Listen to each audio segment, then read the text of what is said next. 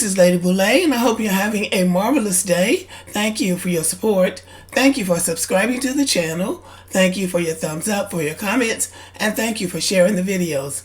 Thank you for all you do to support the channel. And yes, we are commanded to love one another, whether we want to or not, or whether we agree with each other or not.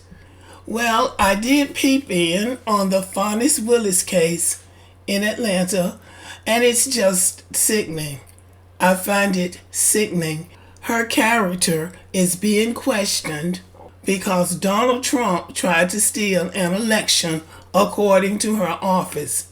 So instead of him facing a jury the way he should and defend himself and say he didn't try to steal an election, they've got her out here looking like she's on trial because she paid a black man to do a job that he's qualified to do, but now they're saying she hired him to do the job so basically he could take her out on dates and pay for dinner. That's really what it's coming down to. And if you listen to these white people, and I know these are right-wingers on social media, they've drawn this great big case up like she was the one that's accused of treason. So it's interesting and sickening at the same time. And it would not surprise me if this judge in this judicial system that's not always fair and balanced, it wouldn't surprise me if he took her off this case, because if she doesn't prosecute Donald Trump, neither can anybody else in her office. So they would have to wait till a later time with another prosecutor to prosecute him. And I have every confidence that that day will come. It might not be this time around, but somebody gonna get him. See, this judge is not only a white man, and he's hooked up to the white supremacist system too, but there's also something else. There is terror involved in this. Fanis Willis says she's had to move from her home 3 or 4 times because of the threats against her life, her father's life, and her children's life. Nobody wants to go through that. So the easy way out would be to dismiss her from the case on the basis of a flimsy charge that she had an improper relationship with a man, which is not against the law, which is not a violation. They decided on the spot that it was improper. So the easy and cowardly way out for this judge would be to just kick her off the case. That way, he can go home, rest easy at night, and hope that his conscience doesn't bother him while he sleeps. If he does that, the black people of Georgia should rise up against that Republican Party and put Democrats in like they did in 2020. And that's how I feel about it, because right is right, and they are trying to railroad her and put her on trial instead of putting the person on trial who is accused of committing a crime. Another angle to this is that there seems to be a lot of black men who are rooting for the downfall of Fanis Willis. She is prosecuting criminals in Atlanta, and apparently she doesn't care what race they are. She stated that if you make a rap song, because what is being said around Atlanta is that there are a lot of unemployed rappers in Atlanta, and they are doing all kinds of things trying to survive, including making this trap music or whatever this music is they're calling it. But she says that if they make a song about committing a crime, they're going to be prosecuted. And so a lot of them are mad about that. So there are a lot of black men that are mad at her. And of course, there are those black men who don't like black women anyway, and definitely not successful black women like Fanis Willis. So they are rooting for her downfall.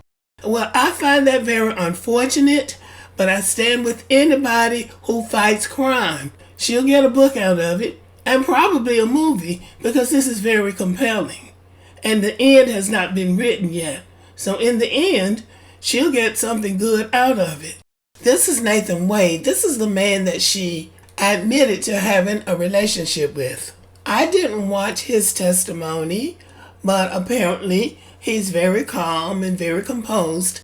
He is a professional man. He's a lawyer and a judge.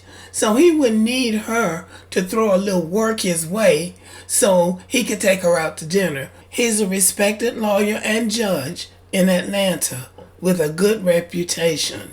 But Trump's team was trying to make him look like an out-of-work bum who needed her to get work for him. But why wouldn't she hire a qualified black man to do a job where he was going to make over $500,000? And if a white man had got that job, they wouldn't have any problem with it. Her father also testified, and I heard part of his testimony, and he was also interesting, long-winded and interesting. And through whatever the question was, the lawyer had to keep coming back, I guess, and trying to remember himself what the question had been. But her father apparently is a movie producer or a director or something, but he got a chance to plug his movie and a book. I'm not sure he wrote the book, but he mentioned the book too. But this is the American judicial system in action, as well as white supremacy. This is how they do it, and this is how they've always done it. You got a powerful man who is accused of trying to steal an election. That's what this is all about.